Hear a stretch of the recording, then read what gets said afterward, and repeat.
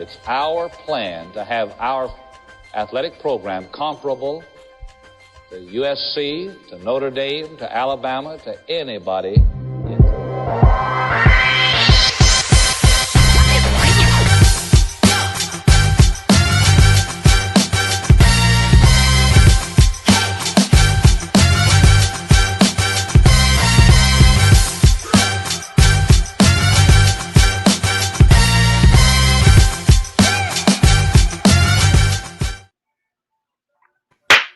What's going on, Liberty fans? And welcome back to the Sea of Red Football Podcast.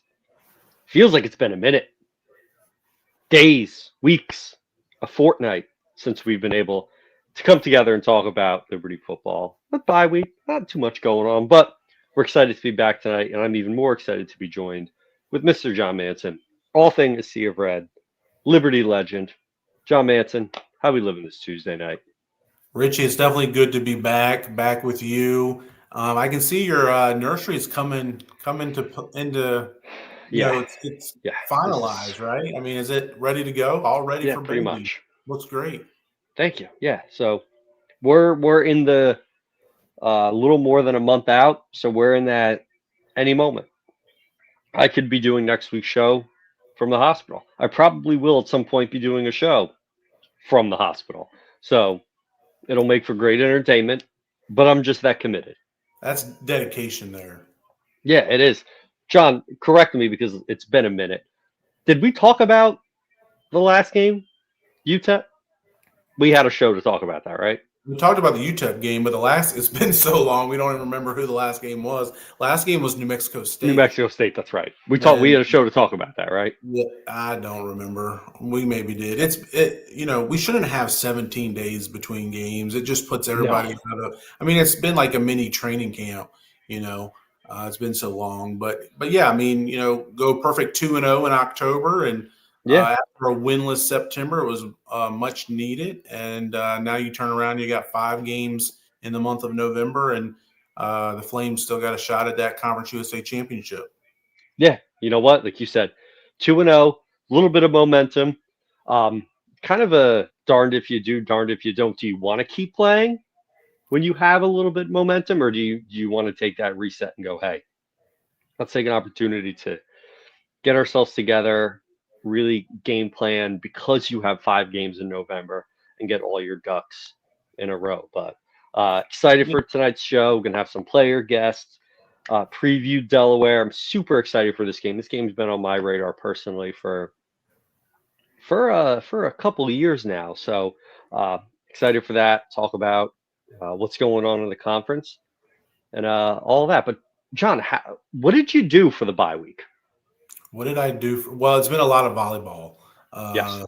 My daughters both play volleyball. So the oldest has actually played both JV and varsity this year. So we've been at volleyball tournaments each of the last, I think, 3 Saturdays all over the state of Virginia. But it was a successful run. All 3 of them won some championships, all 3 tournaments, middle school, JV, and varsity. So successful month, a lot of volleyball. How about you? It was good. It was a good Saturday. Got to a Halloween party Saturday night. Shout out to Papa Longshots. He officially retired from his job of who knows how many years on Saturday. So got to go up and see him on his way, and he's excited for that retirement life. He's calling me because he doesn't text. He's calling me with like, let's go to this game. Let's go to that game. Like, I'm about to have a child, Dad. Like, I love your enthusiasm, and he's all in on watching the ponies. It is Breeders' Cup week and watching Liberty Athletics. So I can't wait to catch him watching, like, I don't know, what's on ESPN Plus, like Liberty girls soccer. Like, everything's on there, but perfect timing for Papa Longshots to retire, right? Is this his first grandbaby coming in, and he can spend a lot of time with the grandbaby. Yeah, to my knowledge, it is. So yeah, sounds good. Yeah, so we're gonna kick things off the show like we normally do, bringing in our main man, Jason Porter. Jason Porter, Realty, great friend of the program, and Eli August.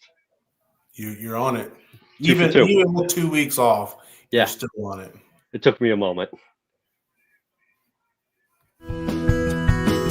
It's real Florida. It's old Florida, and it's close to all of the Central Florida attractions. Crystal clear natural springs in one of the largest chain of lakes. The beautiful lakefront city of Leesburg offers the best in outdoor adventures, fishing, and quaint shops and restaurants on historic downtown Main Street. Come visit and see how welcoming a hometown city feels. Experience Leesburg the way Florida is meant to be.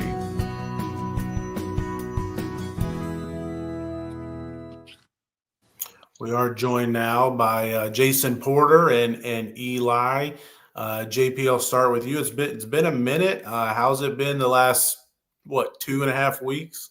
Yeah, I was teasing when we opened up. We needed name tags. It's been so long trying to remember who everybody is. But yeah, definitely been a long stretch here. 18 days, I guess, between ball games. But good to be back.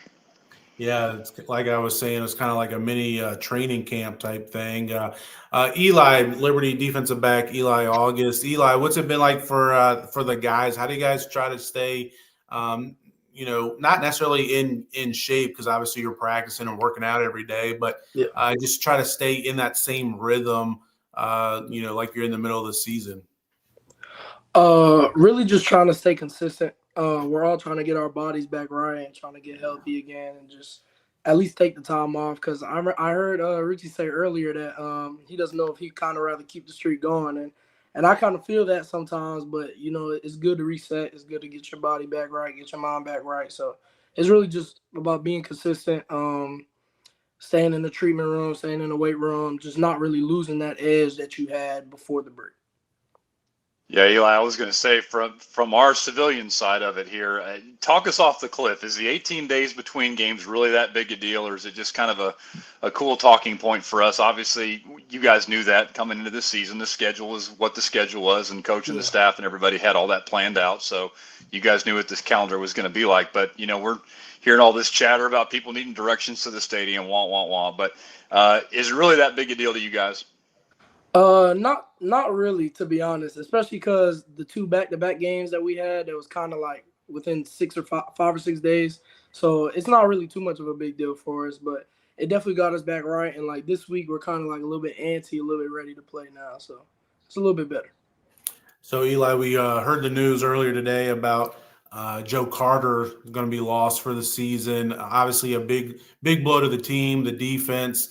You've been around him several years, basically your whole career, I'm sure. So, what has Joe meant to you and to this team over the past several seasons?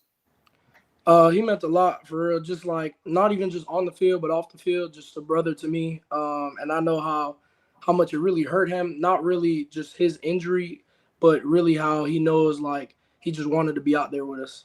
But we understand like what we lost. We understand that. Like every day, I'm at his house almost every day, every 2 days, just helping him out, whatever he needs. But he's not really a big talkative guy. So, he's still cool, chilling. He's trying to get back right. He's still on the cast, but he'll get better. But we're definitely just trying to pick it up for him, Like just even in the safety room, corner room, whatever it is, whatever the linebackers need, if they need extra help, if we got to watch extra film with them. So that's another good thing of having the 18 days, because now we get to at least like recoup together and kind of see what other people are seeing. But definitely a big loss. Definitely gonna miss playing with him out there, but I know he'll come back right. Yeah, Eli, I was gonna mention that. I'm glad John brought that up, because Joe really does kind of have that quiet personality about him. He's not a real vocal guy, but his leadership on the defensive side of the ball is undeniable for sure. And you've really stepped up, even with Brylan down and things like that as well. So you're number 4 in tackles on the team now, and having I would say a banner year, to be honest with you. I mean, it's been fun watching you fly around. It seems like AY and I are calling your name every other play on defense. But how do you feel this year for you personally, if we can kind of be intrinsic here a little bit and just draw a circle around you? How do you feel like the year's gone for you? Surprises, ups, downs, all those things. It's kind of been, I feel like I'm playing good, just not really great. You know what I mean? And that's kind of what I was aiming for. But I really feel blessed just because, like, last year I was really hoping for this opportunity. You know what I mean? Just a little bit more. And I feel like I kind of been getting there. And now, like, that it's here. And now I'm able to play and kind of display it out there, that it's just kind of me just having fun. Like, now, Like sometimes my mom caught a video she showed me like a couple weeks ago where she like see me laughing after I made a tackle and I was like smiling and stuff. But it's just I told her like, man, I'm just having fun. So it's definitely been good for me. I'm definitely having fun. I'm definitely trying my best to help the team out, help the defense out, especially just being a good communicator, a good helper, just really a good leader too. Just lifting guys up on the sideline, whether it's offense, defense, special teams, whoever it is. But it's really been good, to be honest. And I can't wait for these next 5 weeks just to see how it goes out. Visiting with Liberty defensive back Eli August, and don't let his shy talk fool you. He's been a ball player all season long, his entire career, but really this season and last couple of weeks, especially since Bryland's gone down, kind of stepping up. And every time I look out there, you're on the field. I don't think they take you out for many plays, but Eli, this portion of the podcast is brought to you by RT Rogers. Eli, tell us a little bit more about RT Rogers and what they can do. Yeah, for over 50 years, our family-owned and operated oil company has been powering homes, farms, and businesses in our community. Whether you need residential or commercial propane and heating, oil generators, or expert service, we've got you covered. We also offer top-quality commercial and agricultural fuels, tanks, lubricants, and equipment, plus wholesale opportunities that help your business grow. Trust, experience, and dedication that only a family business can deliver. Call us today and experience the difference. RT Rogers are big Liberty fans, Liberty supporters, so be sure to reach out to them and say hi whenever they're in town. Big homecoming game this weekend. I'm sure they'll be in town for that. Eli, take us to that. Talk about homecoming.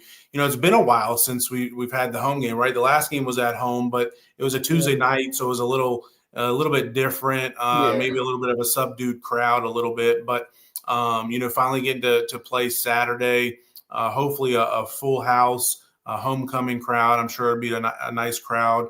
The students always bring it. How excited are you to get back in front of the home fans? Yeah, extremely excited actually. And I think this might be our first 3:30 home game they had 3:30 game at home. I don't think we got one this year. Maybe May. That might have been a little bit earlier, but yeah, it's definitely exciting.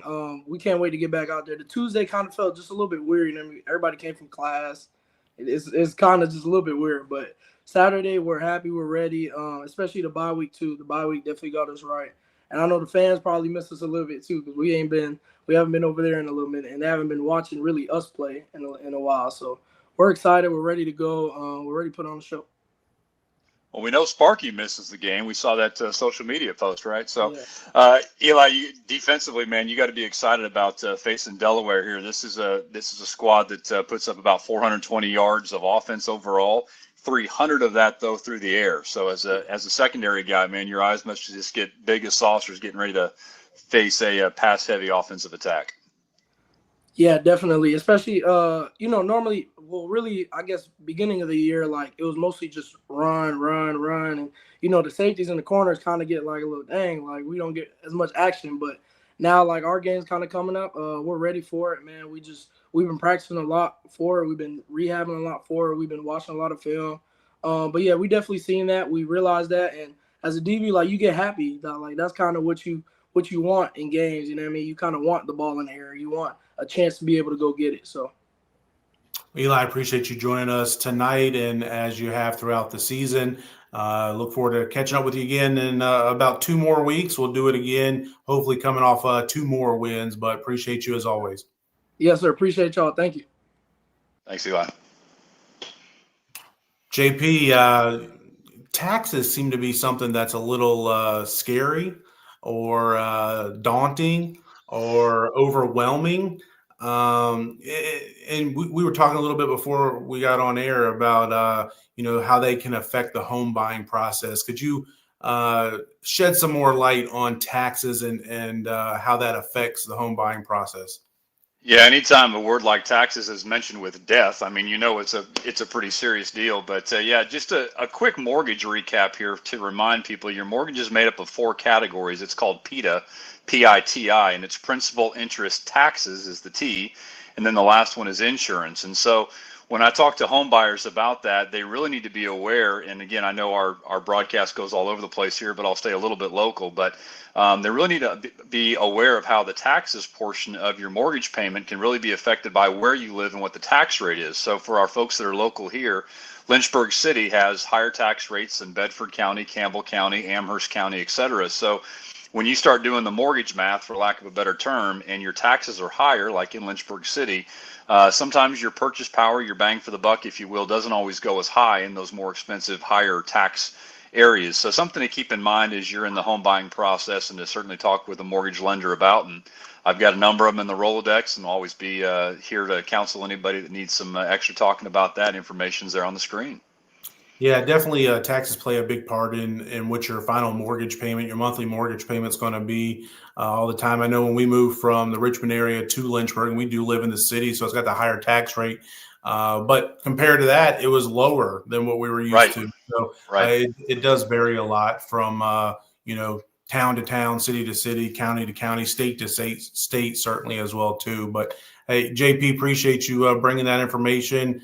Make sure you guys, if you need any real estate needs, commercial, residential, whatever, make sure you reach out to Jason.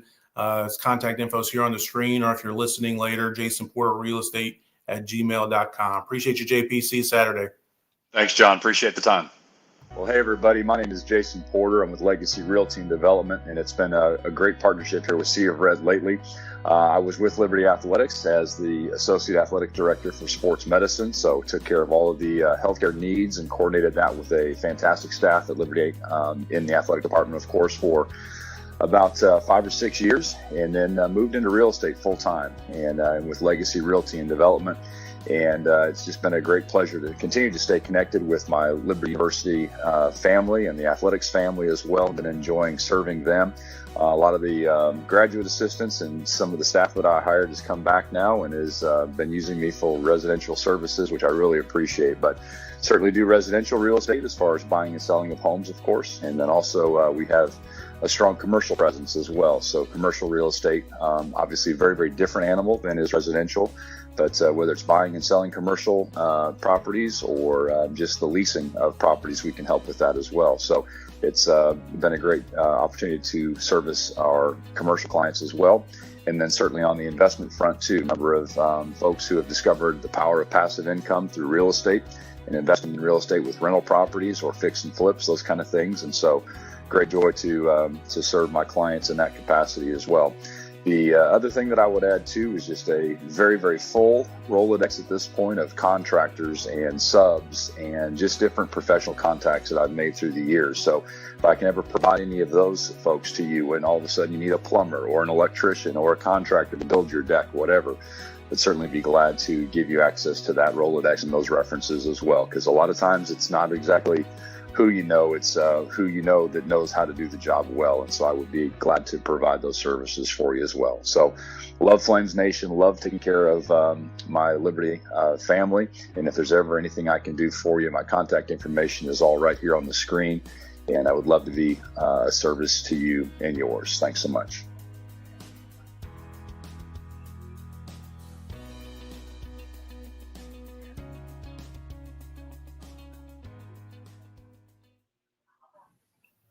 I'm back.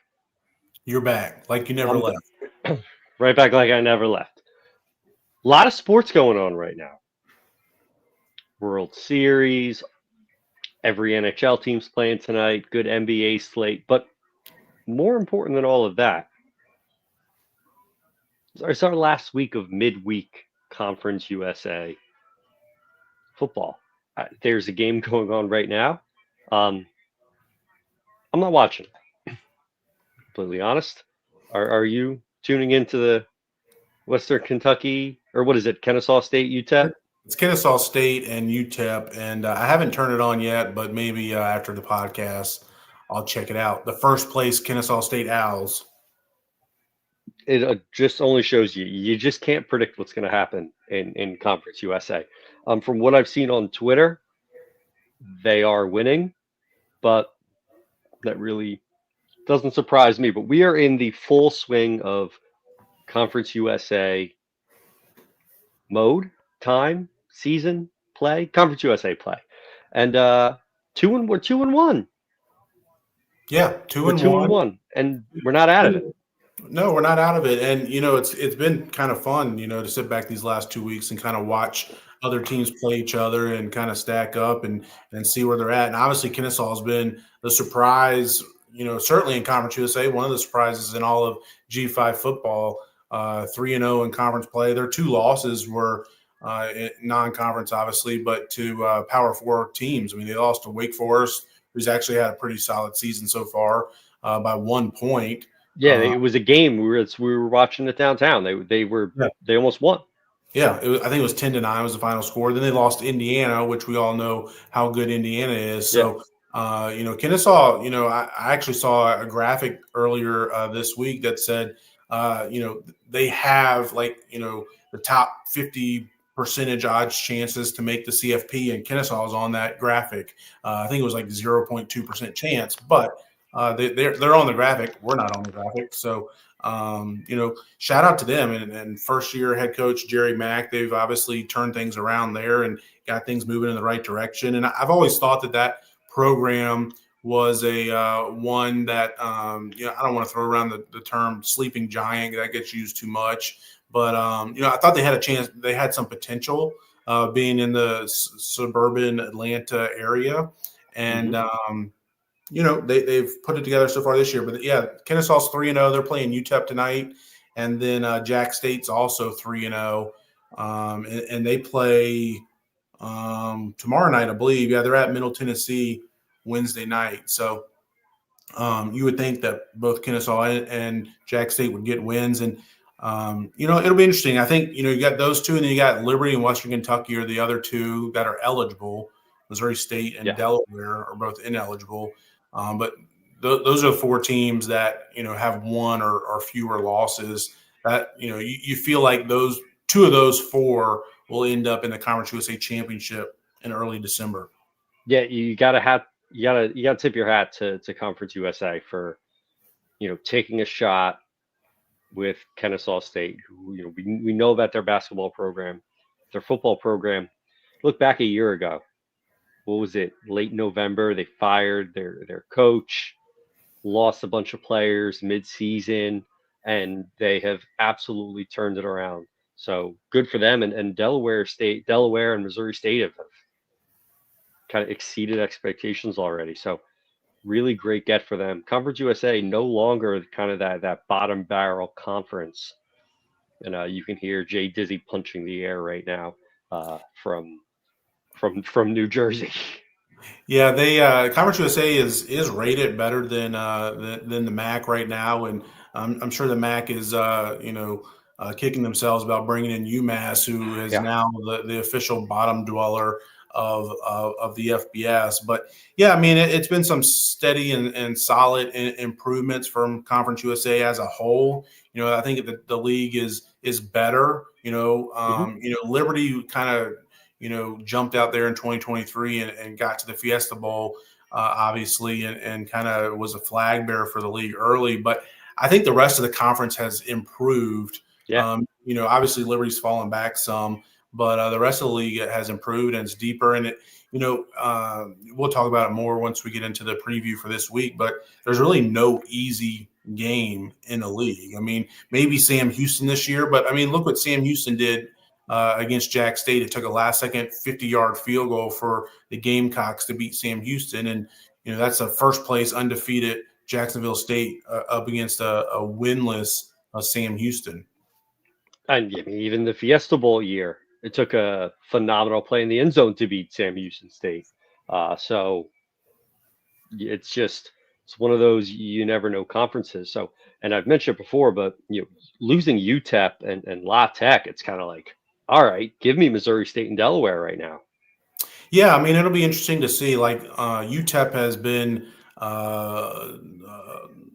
in the basement of Conference USA the better part of the last decade. So I don't think you really lose much there. They've been competitive in some other sports. They're a good track and field program, but again, who's even paying attention to that?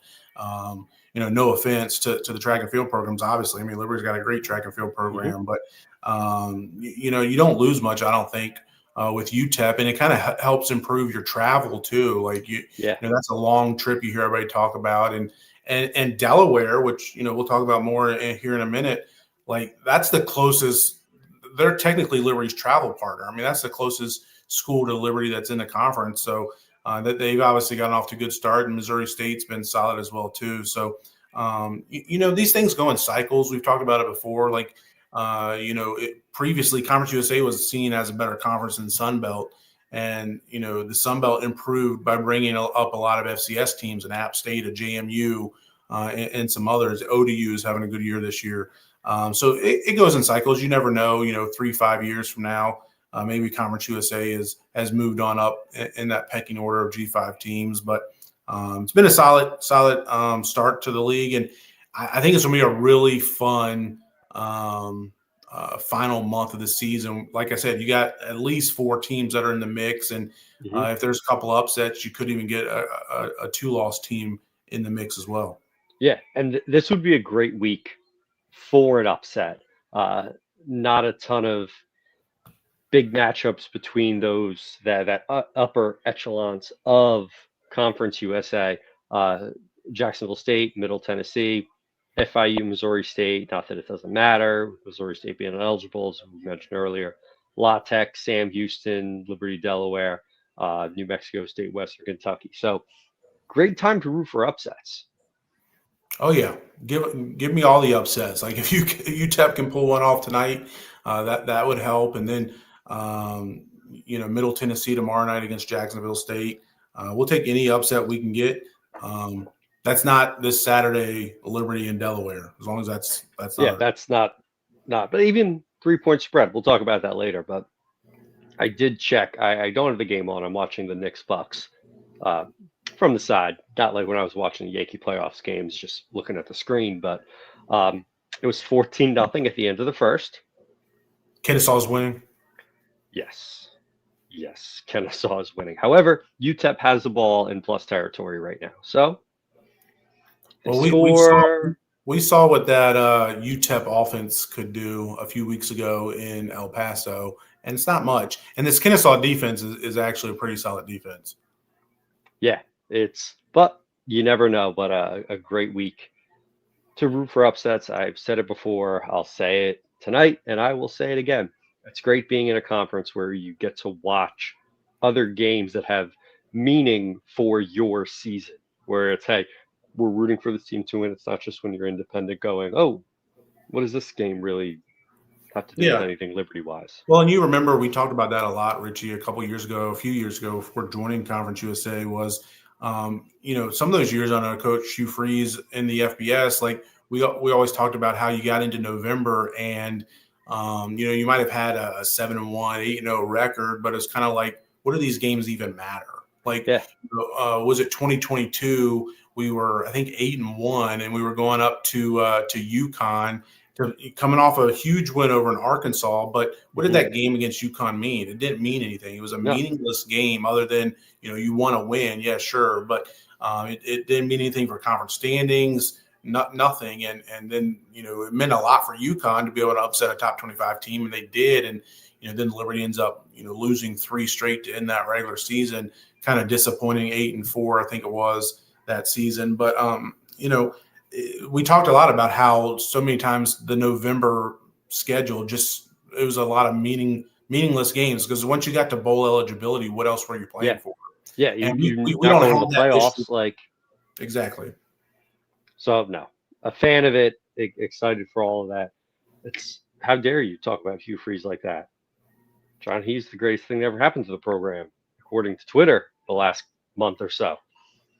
Yeah, I mean, it's always, again, Hugh Freeze, we get to talk a lot about him, revisionist history is always fun though, too, because you always remember the good times. You don't remember the loss to UConn. You don't remember the loss to Louisiana Monroe. Those. So, sure. There were some high moments too, right? I mean, like I said, the win over Arkansas, BYU, some of the highest. The wins over Virginia Tech and Syracuse, so there's a lot of them. And Hugh, there's no question that, what we've what we were in 2023, what we were in the first 9 games of 2022, what we were in 2020. That's not the same team we've seen this year, certainly, and to the last half of last year. So, that's the way it goes. But it's easy to jump onto somebody else. It's kind of like the backup quarterback analogy, right? Who's your most popular player on the team? Is the backup quarterback when you're struggling, because he's the sexier guy than the one that's in there throwing the interceptions. Well, a lot of times you turn over to that backup quarterback and look what happens. Not much. So look no further than like the Cleveland Browns, or no, the Cincinnati Bengals with Joe Burrow going down. And even though Joe Flacco's in there now, they still lost to – who they lose to? The Jets this weekend, I think it was. Yeah. So big win for the Jets. Yeah. So, anyways, but we got a big game this week, don't we? Yeah, it's homecoming. I love homecoming. The first time, I don't know if you know this, Sean, the first time I was ever asked to have any part of this podcast was homecoming 2021, to record like the Liberty minute and a half, the Liberty Line. I did a short 1.5-minute video, and I accurately predicted the score of the game. Yeah, that was your tryout. Little did you know that you'd be here all these years later as a co-host. Yeah, here I am. Life comes at you fast, but it's great. I love it, and I love that we are facing off with Delaware. I was a huge fan of Delaware getting the call to Conference USA. Delaware has so much potential. They have a great reputation. They're a great academic school.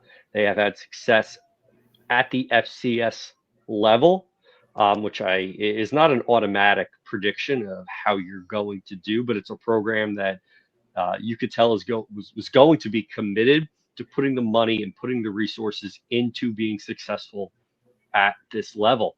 And they've kind of become, I don't want to say the darlings, but like Nick Minucci if you're a college football fan, he's become a household name, and they have done a good job at making that transition. And I have multiple friends that have gone to Delaware. I have a friend that was the starting quarterback at Delaware. No, it's not Joe Flacco. So Joe Flacco, okay. Don't even ask. It's not Joe Flacco. But I was so thrilled, and I'm enjoying their presence and their arrival into the conference. And it's not going to be a cakewalk. I never thought it was going to be. The books have us as 3-point favorites is what it opened at. I did not look. Yeah, I saw it today at 3.5. So, wow.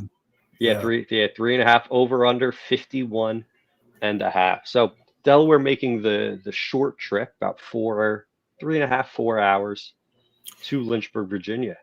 Yeah, and I saw watched their Ryan Carty, their head coach. I watched his press conference earlier today, and they're bussing down. So that's kind of interesting. Wasn't sure. He said it's their only bus trip in Conference USA, which that's kind of obvious with the rest of the conference makeup. But yeah, I mean Delaware, they were FCS national champions. I think when Joe Flacco was there, maybe just before he got there.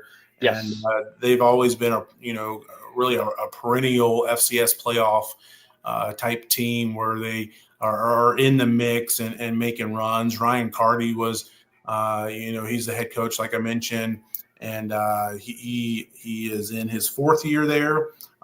They've won, I think, at least 8 games every season his first 3 years. And been to the FCS playoffs his first couple years before they were ineligible, obviously, last year as they began to make the transition to the FBS and Conference USA. But that's his alma mater. He was a quarterback for the Blue Hens. He was a backup quarterback when Flacco was there. So he's a Blue Hen through and through, and he's got them playing good football. They're 4-3, coming off a win over Middle Tennessee. They had previously lost 2 straight, losing to Western Kentucky by a field goal, and then Jack State 38-25. They're 2-2 in conference play. Also beat FIU 38-16 earlier in the season. They got a win over UConn. I think it was in overtime. They lost to Colorado early in the season. So they've had a solid season, not an easy schedule for your first year in the FBS, but they've sitting here at 4-3 and, watching their press conference, which I posted on ASOR Red's Twitter account earlier today. Go back and watch it. It's on Check YouTube. it out. YouTube. Check out the YouTube. Yeah, but go back and watch the Delaware press conference, and almost all the questions that Coach Carty got asked was about how much of a statement could this game be for Delaware? Going down to take on a team like Liberty. That's kind of been the darling in Conference USA or the household name in Conference USA. So, they're going to come down here hoping to get a statement win. I mean, technically, they're not bowl eligible. I mean, there's a chance that they can get to 6+ wins, which they're on track for with 4 already, that they could sneak into a game if there's not enough bowl eligible teams. But, so not technically bowl eligible. So a game like this can kind of be like a feather in their cap, a signature win, a marquee win for them in their first year at the FBS level. Yeah, and you said they played Colorado early in the season. I actually watched that game. It was it wasn't a blowout. They kept it within 2 scores. Like I spread was 10.5, and they might have been 13. Like it wasn't a blowout. They kept it close. Big passing team. I know I mentioned earlier Nick Minucci. They throw the ball 13th in the country in passing yards, and Liberty, however, defensively has defended the pass well. You could absolutely say, oh, it's because teams just run the ball against Liberty. Okay, fine. Either way, it's going to be a big opportunity for this secondary to come in and do what they have to do to try to limit that as much as possible, because that is their bread and butter. Rushing yards, they're 110th in the country, so they're going to air it out. And I think we said the same about UTEP. One of the teams, I don't know, like I said, October was a blur. Couldn't tell the difference. It was Mexico State. Mexico State. Yeah, we're like they're going to throw the ball. Team in the country. Yeah, and then they ended up running the ball a little bit, but I think. Yeah, I was just going to say Delaware. They do lead Conference USA in passing. Their quarterback's thrown for over 2,000 yards already. He's got 13 touchdowns, 3 interceptions. He leads the league in interception or in touchdowns as well too, not interceptions. I actually think it'll be interesting. I think this will probably be the biggest test our defense has faced this season in as far as passing defense goes, going up against a passing offense. The only other comparable one would be Old Dominion, but if you remember that game, it was a washout just before the game, and it rained off and on throughout. So I'm sure that kind of dampened their offensive passing attack, even though they still threw for almost 300 yards in that game against us. What a great pun that was! Wasn't that good? Do you like that?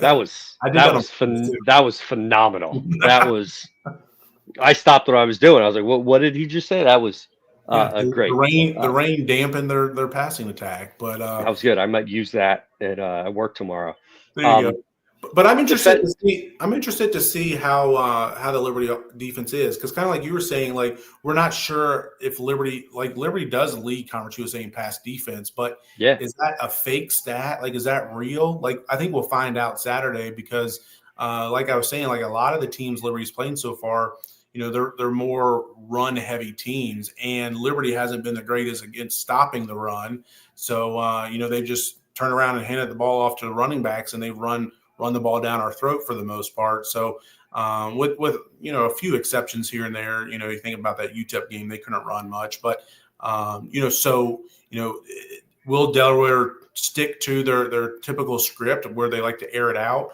And I know their running stats are low, but their efficiency numbers running the ball, I mean, they're over 4 yards per carry. So, I mean, it's pretty solid. I just don't think they running the ball is not a staple for them. They just like to air it out and put the ball in the quarterback's hands and let him make a play. If you could throw the ball, why run it? College football is a throw the ball league. So I get it. The one stat I was interested in saying, we've talked about Liberty's red zone efficiency on offense all season, getting there, a penalty dropping them out, missed field goals. They're 100th in the nation in red zone efficiency defense. So might be an opportunity for Liberty getting into the red zone and then making some things happen. So that's a piece of the puzzle I'm looking at. But like you mentioned, they are a passing team. We'll see if they stick to that or if hey, maybe let's go off script. But having 17 days, was it? We said we haven't had a game that trust the coaching staff that we're going to be in a position to kind of be ready for whatever is thrown at us. Yeah, I'm really interested to see, the Liberty offense, right? Like, we haven't seen, this offense in 17 days, and the last game against New Mexico State, the final drive was a good drive, 13 plays, 92 yards, that game-winning touchdown drive late. But prior to that, I mean, Vasco was looked pretty poor throwing the ball, had a couple of interceptions and a fumble, and the offense scored a little bit early, but then middle part of the game, they really struggled. So hopefully with these 2 weeks extra time to kind of prepare and get ready and to self-scout, as you hear people talk about during your bye week. And, hopefully we can be more efficient offensively, more consistent offensively, and better in the red zone. I mean, we've been pretty bad in the red zone. So we need to put the ball in the end zone. We struggle to score 20 points most of the season. So, I mean, we're still averaging less than 20 points a game. And I feel like Delaware is probably going to score 20 plus points on a Saturday. So we've got to be able to put the ball in the end zone and, if we want to win, but I also saw some comments on social media talking about how, playing against, being a 3.5 point favorite against a first year FBS team, how far we've fallen. But I don't think that's necessarily a fair assessment of that statistic, right? Because if you remember back 2 years ago, 2023, the year we went 13-0, the game at Jacksonville State was one. I don't remember where the line was. I should have gone and looked it up, but it was a game I was really nervous for. And Jacksonville State was in the first year in the FBS, and they ended up winning, 8 or 9 games that year. I think they even went to a bowl game. Kind of like I was talking about a minute ago. They weren't eligible, but they got into one because there weren't enough eligible teams to fill out all the bowl games that season. But so we've seen some teams, first year FBS, first year Conference USA teams move up and have some success immediately. And that's what Delaware's done, and we'll see another team next week. And Missouri State's done the same thing. But, I mean, they're veteran teams. They got returning starting quarterbacks and returning coaching staffs, and they're veterans. They're winning programs. Sam Houston last year, we saw that too. I know it's kind of turned for them as Casey Keeler's left and gone to Temple. But, don't sell some of these FBS move-ups. No, agreed. John, before we jump into looking at some of the fan polls and what's going on online, there's some injuries going on. Can you give us just an update on, we mentioned Joe Carter when we had Eli on, but what are some of the other injury updates? Who can we expect to see on the field? That was a perfect segue because that was our first question from the fan pulse was an injury update. I thought the first comment was I thought losing Green was bad enough. Now Carter too, but Brylan Green, which I'm a little disappointed that Brylan Green's still out. He had his walking boot off for the last game, which was 2.5 weeks ago, but he's still not quite ready to go. So hopefully he'll be back soon. Liberty defensive back, Liberty safety, Brylan Green. Joe Carter's out for the rest of the season. Trey Lawing, a special teams player, defensive back, is also out for the season, as is defensive lineman DJ Jackson. Is a transfer and part of that, too deep, the rotation up front. So those are a couple of key losses, especially Joe Carter. I mean, he was a starting linebacker. He's led the team in tackles the last 2 years. He's a green dot, so he's the guy that's got the communications in his helmet, that's getting stuff from the coaching staff. helping guys line. He's quarterback of the defense, helping guys get in the right spots and line up. And so he's going to be missing the rest of the season. Unfortunately, his career's come to an end as well, too, with the injury. But, so we're going to look, like an Aiden Vaughn's probably going to step into that role, being the green dot. With that communications coming in from the sidelines and the coaching staff. And, we need some other guys maybe to step up there too. So those are some injuries there. Vasco was talking today about how he feels as good as he has since the injury originally happened against Jacksonville State. So that's good to hear. Caden Williams, Evan Dickens, I'm hoping both of those guys. Dickens was obviously back against New Mexico State, so he should be fine. Hopefully we get Caden Williams back. So some of these guys have, like Vaughn Blues had a nagging foot ankle injury all season. So hopefully the 2.5 weeks off, some of these guys will be back and ready to go. Yeah, that is one of the positives of having that long break where it's all right. Heal yourself up. It is great to hear about Vasco. Coming off of that injury. To be honest, when I first saw Vasco get hurt, what game was it? Bowling Green? I don't know, right? Yeah. I thought he was done for the year. I thought it was collarbone or shoulder, and I just was like, it's curtains. So great that he's back and he's feeling pretty good. So alluded to it already. Fan pulse. Love throwing out on social media. Liberty Twitter is a one of a kind world, and we love getting to hear of what's going on, questions you have, and all that. So let's dive in. Yeah, so CT, we should have mentioned he's not with us tonight. He bowed out on us. I guess 2 weeks off wasn't enough for him, so he needed an extra week. But he's normally the one that's reading these, but I'll read them, let you answer them, or give your comments, and then I'll jump in as well too. So the first one here, and some of these are following the New Mexico State game, so some of them are reactions to that game. But here we go. So do we actually have a capable special teams? Hope they can keep that consistent on all facets. We avoided another loss thanks to that effort. Time to recoup and reboot. So I like it, yeah. Competent special teams. Yeah, we've come a long way from early September when we were ready to hold open tryouts for a kicker. So Billingsley's done a bang-up job. A lot of it's mental. For those kickers and punters, and turned it around. Yeah, turned it around. He's had a great season, and if you take away the first 2 or 3 weeks of the year, he's really had a good year. He's done good, and obviously Juju Gray got that touchdown, kickoff touchdown return, muff punt and the muff punts, taking advantage of those.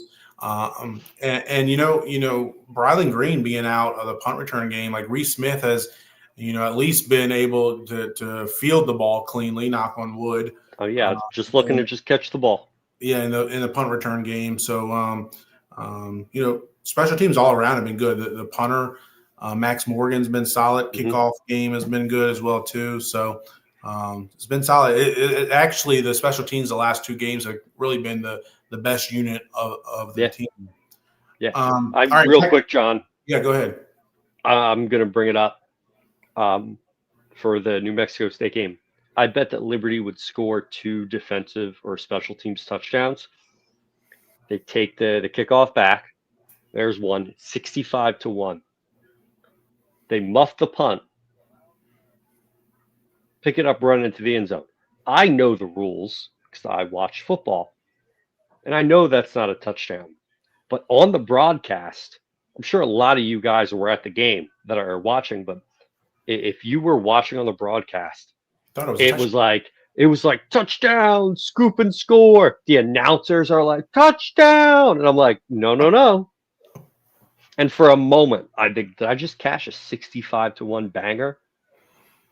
Like the inept of that broadcast for a split second made me think, is there some weird college rule that I don't know about? But no, that was an absolute heartbreak to think I just won a lot of money and did. How special would that have been?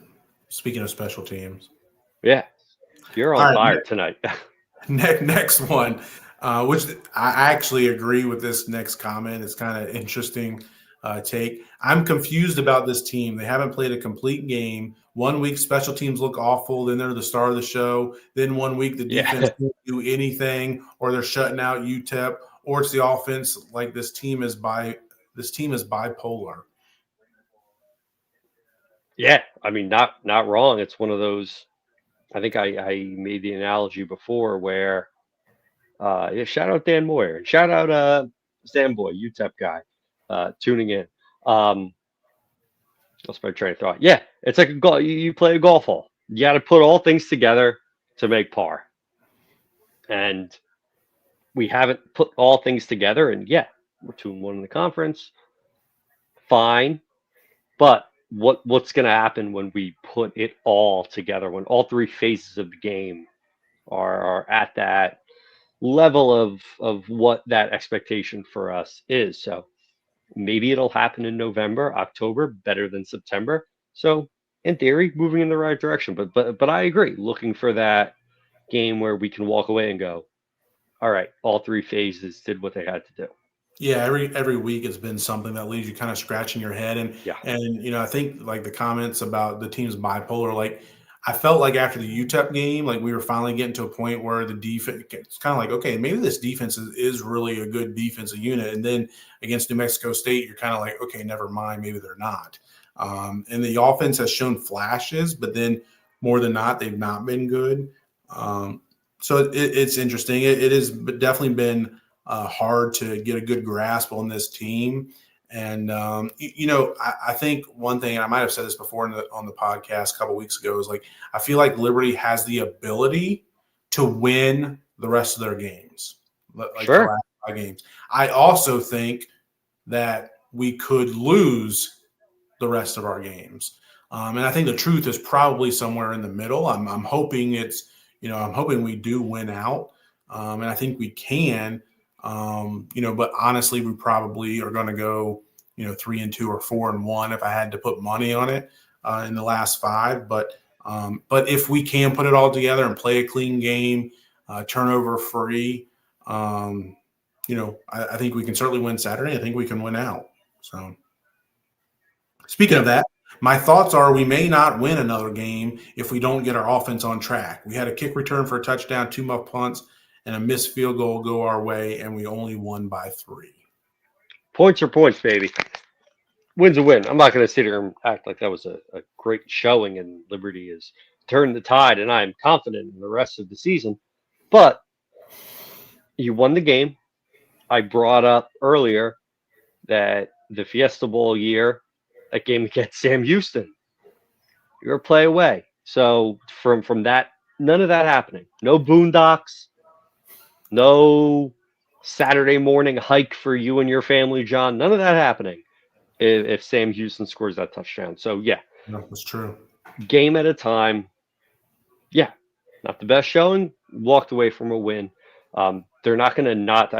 I saw people like knocking the coaches celebrating online. Like, what are you going to be like? No, we're not going to celebrate winning that game. No. When we beat Sam Houston that year, they did the locker room celebration. Like, you won the game. That's what it comes down to. I'm not going to sit here and, like I said, pretend like it was a great game and we fired on all cylinders. But at the end of the day, they won the game. And you play to win the game. You play to win the game. And when you win the game, that's great. Side note, hey, 14-10, 3 minutes to go. Okay, UTEP's making a little bit of a comeback there. Showing some life. Maybe they get the ball at half. Maybe a little point sandwich. I don't know. All right. Here it is. I'm happy to win. The last drive was gutty, but Vasco may be the worst quarterback in Conference USA. I don't know who Middle Tennessee State's quarterback is, but it's Nick Vattiato. Which, Vattiato, it's interesting you bring him up because if you look at his stats, he's a good quarterback. And I think he's either a 5th or 6th year senior. But what have they won since he's been there? No, not much. Like quarterbacks are all about winning. Like, why is Tom Brady considered the greatest quarterback of all time? Because he got 5 Super Bowl championships? Like, yeah. That's why. I think 6. Yeah, 6. That's why he's considered the GOAT, because of the winning that he did. Yeah. So that quarterbacks and head coaches are judged by wins more than they are, stats. I mean, like, look at some of the other quarterbacks in the NFL, like a Kyler Murray. Like, I mean, he's a good quarterback on paper, but his Yeah. team is always, questionable at best. So maybe he's not really that good of a quarterback. Whereas you can have somebody like a Baker Mayfield who goes out there and the Bucks win more than they lose. So Yeah. And we said all season, even preseason, Ethan Vasco is not going to put up Caden Salter numbers. He's not going to put up Malik Willis numbers. He's not going to put up Buckshot numbers. But he's going to, what we were hopeful for, and I'm still hopeful, but he's going to make those plays when it counts. He's going to lower his shoulder and pick up that first down. He's going to kind of be that gritty guy that we're not used to seeing, but he's going to be that Baker Mayfield. I'm not calling, if you're listening, I did air quotes. I'm not calling Ethan Vasco Baker Mayfield. Someone will clip that and DM it to me. I'm not doing that. I'm just saying that you don't always need that flashy. Look at Tua coming out, had all the on paper, all that stuff, but it's that Baker Mayfield quarterback, that Jackson Dart, that like Jared Goff, that hey, they just get done what they need to get done when they have to do it. Yeah. And I'm not saying that, I don't think either one of us are saying that's what Vasco is. That's the mold of quarterback that he is. What we need to see from Vasco is better decision making. Mm-hmm. He's got to get the ball out quicker. He's got to make, quicker decisions when he's in the pocket, when to throw it away, when to escape. He's also got to make better decisions. We cannot have him turning the ball over. Like that's shown up too many times. He's got to improve in those areas. Hopefully he's been able to look at a lot of film the past 2.5 weeks and found some areas where he can hopefully, correct those things. Hopefully some of the play calling can help go more towards his strengths. But I think he has the tools. I don't think he's the worst quarterback in Conference USA. No. I'd have to go through it. He's not the best, but he's not the worst either. Yeah, agreed. Okay. What else we got here? I know that there are some that look down on those of us who don't think all is well with this team. Can we be honest and admit this team is just not that good? Vasco does as much harm as good, and there's something off about this team. Yeah, I mean, we're not sitting here saying we're going to win the con. Like, we at no point, we even said it after Maine. We're like, oh, all right, this wasn't what we thought it was going to be. So I don't know. It's just the perception of we're just drinking the Kool-Aid and being I think all the that. I think the one thing I'll say about it is, Liberty is, and I said some of this on the Fast Lane with Ed Lane tonight. So I'll Shout out Ed Lane. I'll be posting that here later this week. So go back and listen to that. But one of the things I was saying there was Liberty finances its teams or resources its football team to be one of, if not the best in the Group of 5. Coach Chadwell is paid as good, if not better, than any other Group of 5 coach. Our internal NIL is as good, if not better, than any other Group of 5. I mean, we're in that category. We're in that ballpark, in that realm. We're better than most of the Conference USA, if not all of the Conference USA. Our facilities are on par, if not better than anybody in the Group of 5. So that's what we're resourced to be, and we haven't been that, this year. We weren't that last year. So obviously that, that's not up to par. That doesn't mean, Jamie Chadwell needs to be fired. I don't think he needs to be, but not yet. Let's wait and see how the rest of this season goes and what happens next year. But yeah, I mean, we're not meeting expectations. And so I think, we can admit that we both of us, I think that. I'm sure you think the same thing. But I do have confidence in this coaching staff to get it done. Jamie Chadwell did win AP Coach of the Year in 2020. And go read off the names of some of those guys that have won that award. They don't hand that out to anybody. He's got to figure out some things. Like, he made some adjustments on how he managed the team, the roster from last year to this year, and I'm sure he'll make some more adjustments. And he may need to make some adjustments elsewhere, and I'm sure that's what he gets paid to figure out what to do. And we'll just have to wait and see what those adjustments are. But for the time being, like I think, like we were saying earlier, like the path is there to get back in the race in Conference USA. I mean, we're in the race. The path is to get back to a conference championship is there, but we have to improve in some areas we talked about, and then we still need some help. We still need Western Kentucky to lose another game, and or Jacksonville State to lose multiple games. Yeah, you look at Coach McKay, who wasn't the biggest transfer portal guy, and made an adjustment and figured it out. So you trust the coaching staff. You trust the guy, like you said, that has won AP Coach of the Year to make the adjustments and figure it out. Yeah, he has figured it out. Yeah, JMU, very good. Shout out JMU. Let me know when they get to the Fiesta Bowl. Okay, last two comments here, and then we'll wrap it up. Back-to-back weeks of finding a way to win is huge. We just have to clean up the offense and a CUSA. A positive comment. Was it Jerry? Yeah. I don't even know. CT put the comments here in our show doc, and I don't know the names of who left these comments, but CUSA title is possible as long as we clean up the offense. Kind of goes along with what we've said. Yeah. The path is there. You got a shot. Yep. All right, let's see. The last one here. I may talk a lot of – here's another positive one. I may talk a lot of stuff, but I'm proud of the team for winning. I only complain because I care and feel that we can be doing better than struggling against the teams that we are.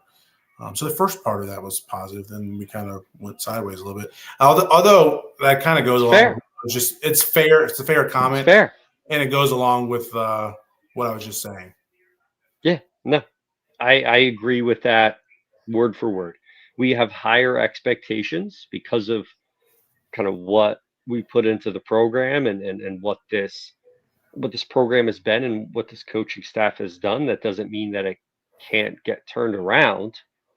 It just means that here in this moment on October 28th, that we think we could do better. And I don't think there's anyone in that operations center that's part of the football staff that would say, yeah, this is exactly where we want to be right now. So I don't get I mean, we're all on the same page, just so people vocalize it different than others. So, well, I get it. And the key too is like, while I think that, the month of September couldn't have been any worse, right? I mean, we went 0-4. No.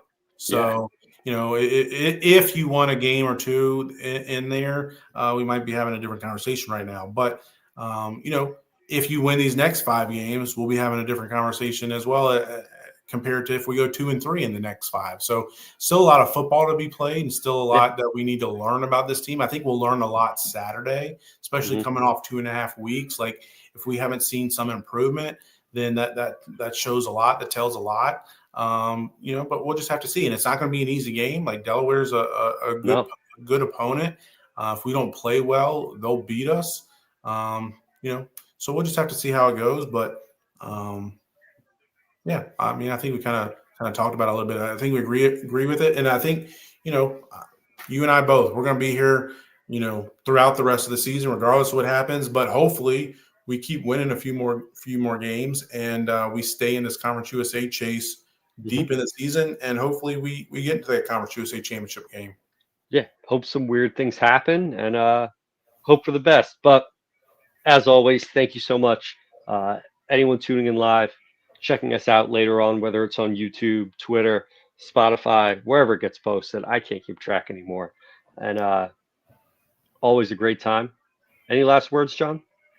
No, it was good to be back, and we'll be back each and every week, Tuesday night, throughout the rest of the season. We'll also have the basketball podcast mixed in here and there. Basketball starting a week from this past Monday, so less than a week to go. Coach McKay and the boys will be playing, so looking forward to that. So it's gonna a lot of sports coming. We hope we enjoyed these last 17 days, but They're coming hot and heavy here soon. It's going to be a great November. So on behalf of John Manson and myself, thank you so much for tuning in. We appreciate it. Make sure you like, subscribe on YouTube, follow us on Twitter, tweet us, all that good stuff. We'll be tweeting during the game, after the game. And as always, as John said, win or lose, we'll see you next Tuesday. Go Flames.